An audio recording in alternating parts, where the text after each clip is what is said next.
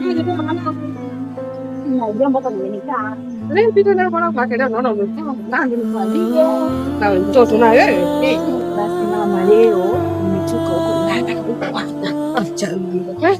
Nikasema leo naenda kumwambia mama jambo limekaa hapa. Mama ile ndio tulikuwa unaomba mwanangu sijui olewa, mwanangu sijui hivi na hivi, mwanangu hivi na hivi, mwanangu hivi na hivi. Imetokea. Alhamdulillah mwanangu. Kesho analeta barua. Sio nakusikia kulivyokuwa kuzuri. Ungekosa kunisikia mchumba angekuja. Amesema hivi inabidi Ramadhani nikute kwako. Na mimi ndo nilichokuwa nakipigania kila siku endaye kwa Mwenyezi Mungu. Nikasema leo naenda kumwambia mama, yani ninafurahi nimekaa hapa.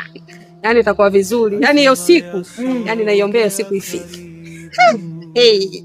Afadhali la kabla Ramadhani nipate nusura. Mimi nilikuwa nakupigania kila siku na ndio maana siku hizi nakuona unajitanda mishungi, migauni mirefu zamani uko. Na hivi uone sasa hivi umependeza. Umependeza sasa hivi mwanangu, nashukuru alhamdulillah.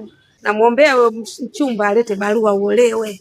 Na mimi nipate stara. Na unajua kukaa na mtoto wa kike kila siku ndani mwanogi. Kwa hiyo mama ananikataa. Sikukatai mwanangu, napenda na uwe na kwako. Sawa mama bana, mimi nimekuelewa. Leo kuna kupika? Kupika kupo. Tena leo upike pilau na kuku. Tupike yani tule kwa furaha tumefanya. Yani leo una raha. Wewe acha tu mwanangu. Hapo mezani hapo. Haya mama.